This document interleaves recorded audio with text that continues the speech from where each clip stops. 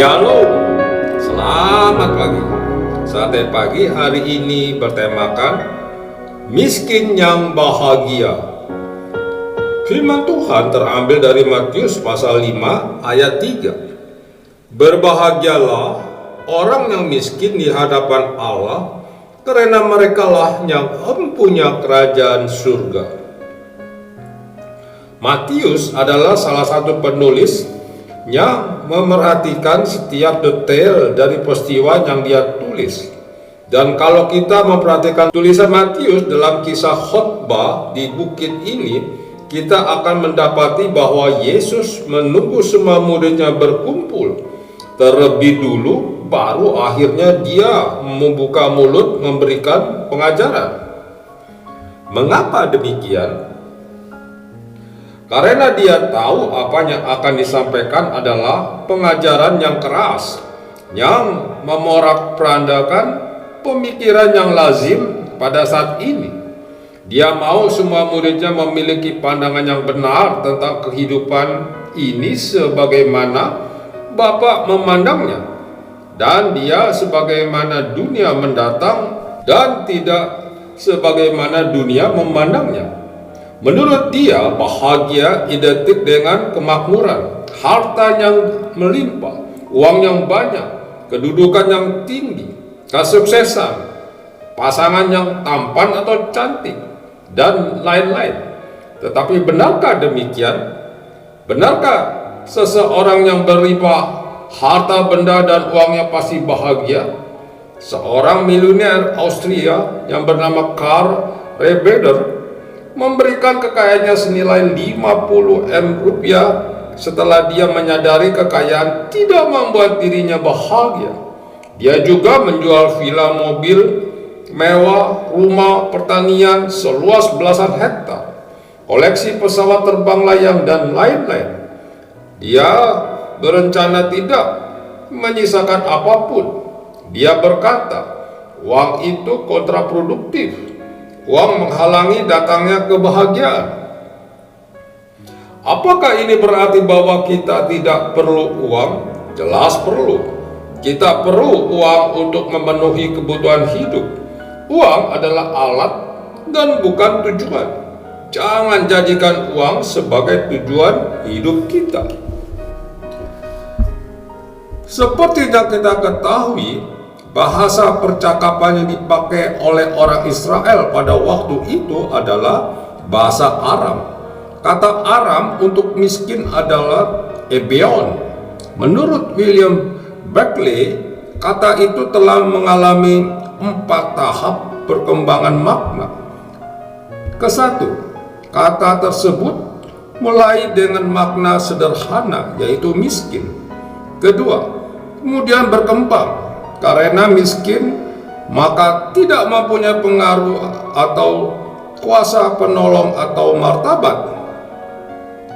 Ketiga, karena tidak mempunyai pengaruh, maka mempunyai nista, merana, papa, dan ditindas oleh orang lain.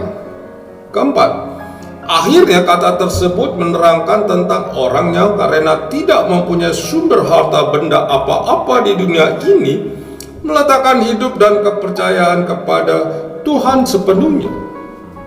Dapat dikatakan yang disebut miskin di hadapan Allah adalah orang yang menyadari ketidakmampuannya untuk ketidakberdayaan dan karena itu menyerahkan diri secara total kepada Tuhan. Penyerahan diri ialah yang membuat dia menjadi pewaris kerajaan surga. Arti yang lain adalah orang itu tidak terikat kepada harta benda, tetapi terikat kepada Tuhan. Mari jadilah miskin di hadapan Tuhan, yaitu menyadari bahwa kita tidak mampu sehingga kita mengandalkan Tuhan sepenuhnya. Kemudian kita tidak terikat kepada harta benda, karena harta benda tidak bisa membeli kebahagiaan ataupun keselamatan. Harta bukanlah segalanya. Tuhanlah segalanya bagi kita. Amin.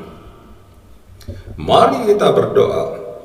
Bapa Surgawi, aku bersyukur untuk berkat-berkat jasmani yang telah Engkau berikan. Ajar aku untuk tidak terikat kepada harta benda duniawi. Di dalam nama Tuhan Yesus, aku berdoa. Amin. I have found a friend in Jesus, He's everything to me. He's the fairest of 10,000 to my soul. The lily of the valley, in Him alone I see all I need to cleanse and make me fully whole.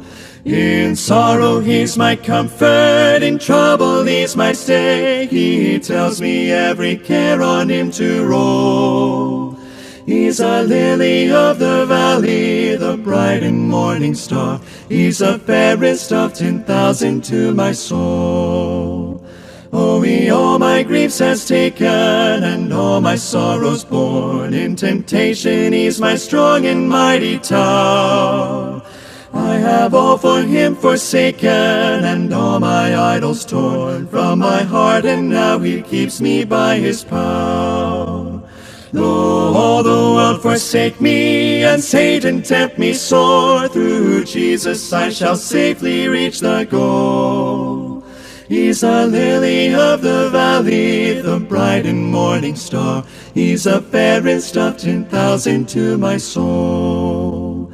He will never, never leave me, nor yet forsake me here, while I live by faith and do His blessed will. A wall of fire about me, I've nothing now to fear. With His manna He my hungry soul shall fill. Then sweeping up to glory, to see His blessed face, where rivers of delight shall ever roll. He's a lily of the valley, the bright and morning star. He's the fairest of 10,000 to my soul.